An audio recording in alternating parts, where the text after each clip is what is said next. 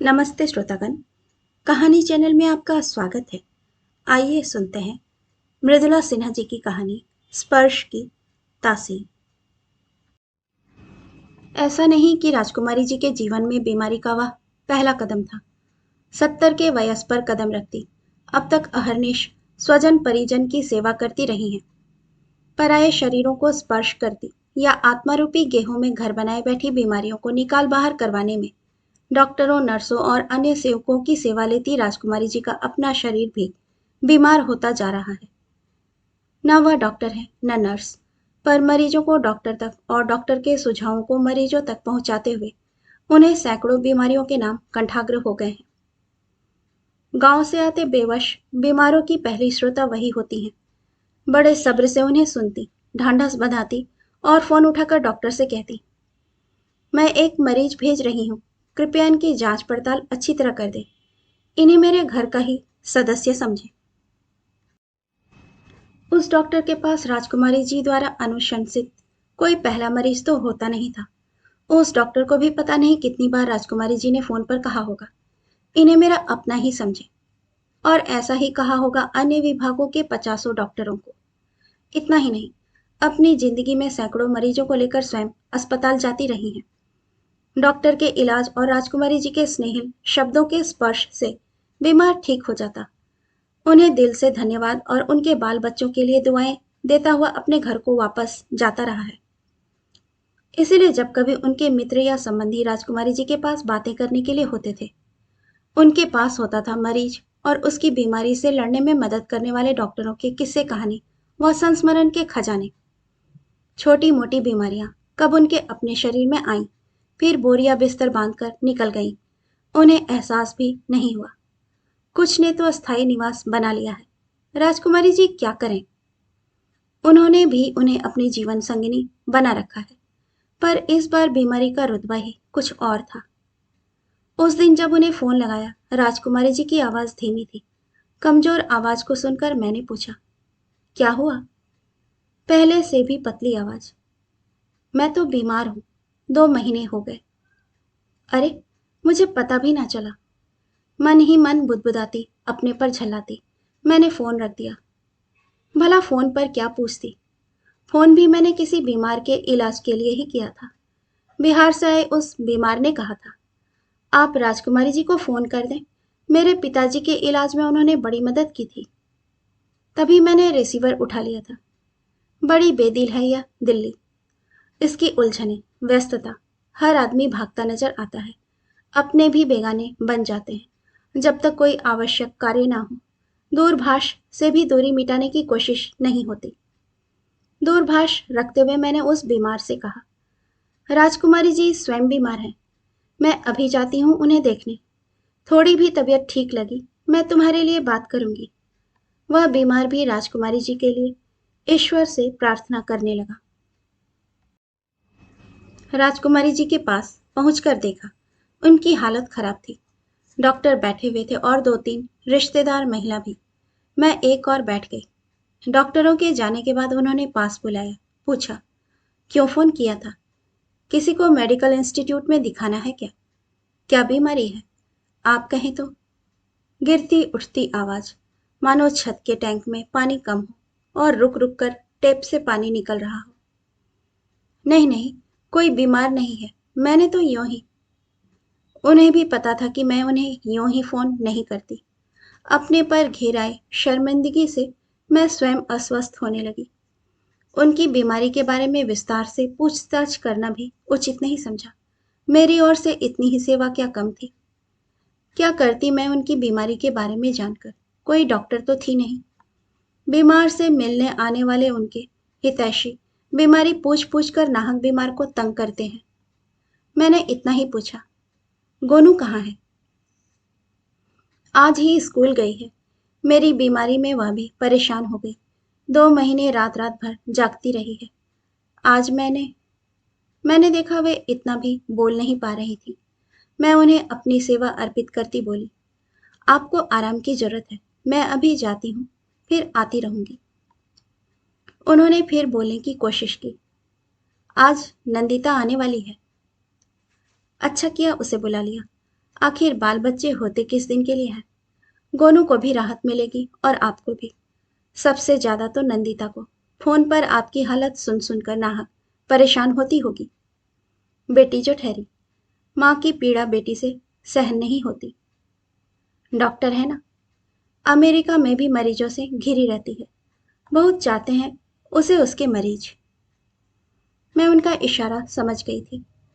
अनुमान लगाया था कि नंदिता अपने बीमारों का इलाज केवल दवा से नहीं करती होगी। उसके बाद व्यवहार से भी मरीज अपनी बीमारी भूल जाते होंगे। यदि डॉक्टर की वाणी में मिठास हो, सुनने की शक्ति हो, तो आधी बीमारी वैसे ही ठीक हो जाती है। मेरे लाख मना करने पर भी अपना दर्द दबाए कब राजकुमारी जी अपनी डॉक्टर बिटिया नंदिता द्वारा बीमारों पर किए गए मानवीय और चिकित्सीय करिश्मों की चर्चा करती रही। बिटिया को याद करके ही उनके मुरझाए चेहरे पर थोड़ी सी ताजगी छा जाती, मानो बाग में गिरे सूखे पत्तों पर अचानक बादल का एक टुकड़ा बरस गया हो। मैं उन्हें उस फुहार में भीगती छोड़ आई।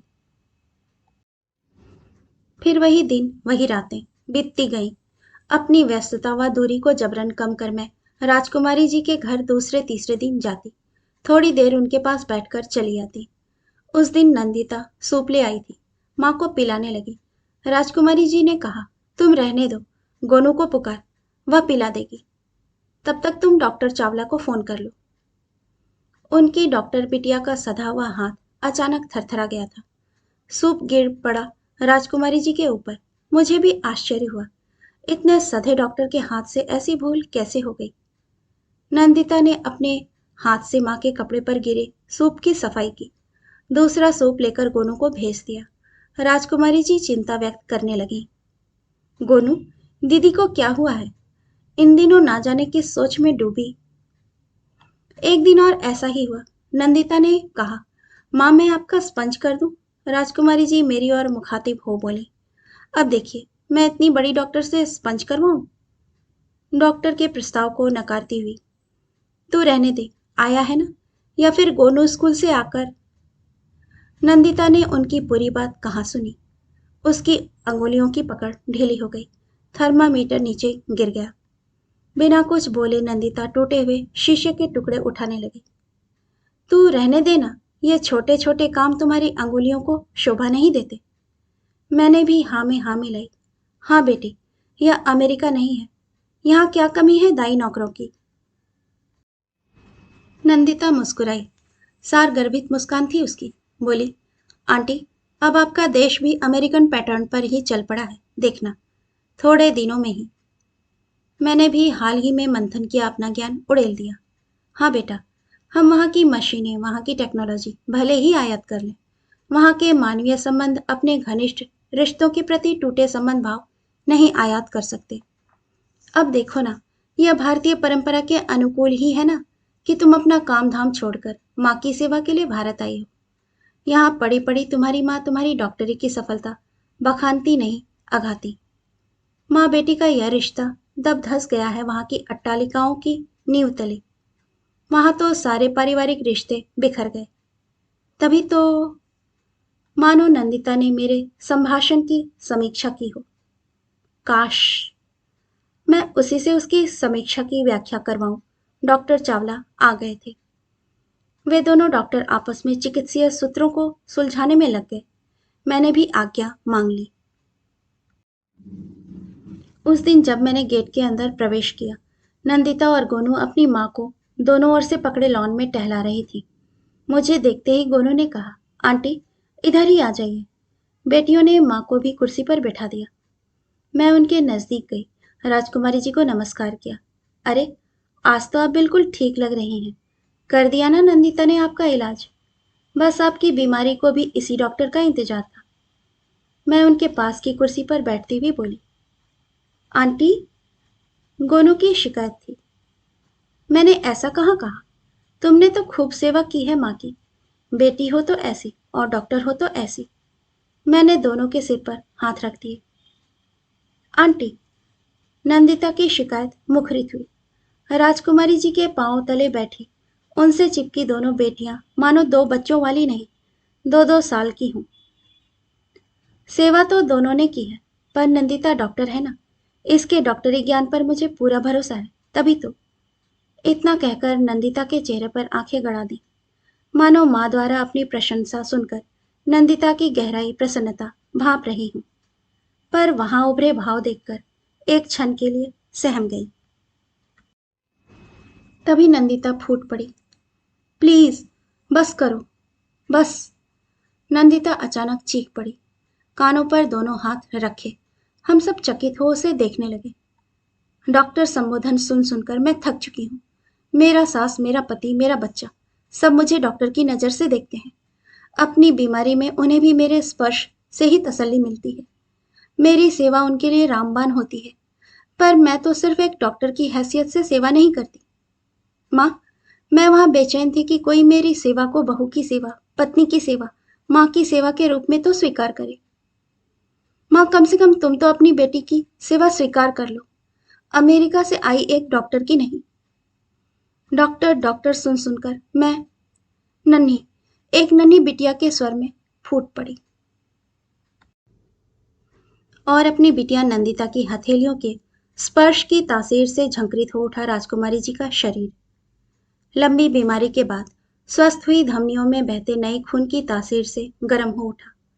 घुटने टेके उनके पांवों पर सिर थामे बैठी नंदिता नन्ही के सिर पर हाथ फेरती उसका पूरा चेहरा अपनी हथेलियों में भरते हुए बोली, हाँ मेरी बिटिया, मेरी नन्ही, तुम्हारा चेहरा तो एक डॉक्टर के रूप में ही मेरे सामने उभरता था। मैं भूल ही गई थी कि तू मेरी जाया भी है। मेरी बेटी, मेरी लाडली, मुझे माफ कर दे। गोनू से भला कैसे बर्दाश्त होता। माँ, कहती हुई उसने भी उन हथेलियों के बीच अपना चेहरा समा लिया। 6 नयनों से एक साथ धारें बह चली, गंगा यमुना सरस्वती की धाराएं। माँ बेटी मिलन के उस दृश्य को अपनी आंखों में भरती मैं क्यों पीछे रहती। छलक आई थी मेरी आंखें भी, पर आंसुओं से भरे धुंधले दृश्य के आगे भी नंदिता के हाथ से सूप का गिरना, थर्मामीटर फूटना और मेरे संभाषण की समीक्षा, सबके अर्थ साफ दिख रहे थे। कहानी सुनने के लिए आपका धन्यवाद।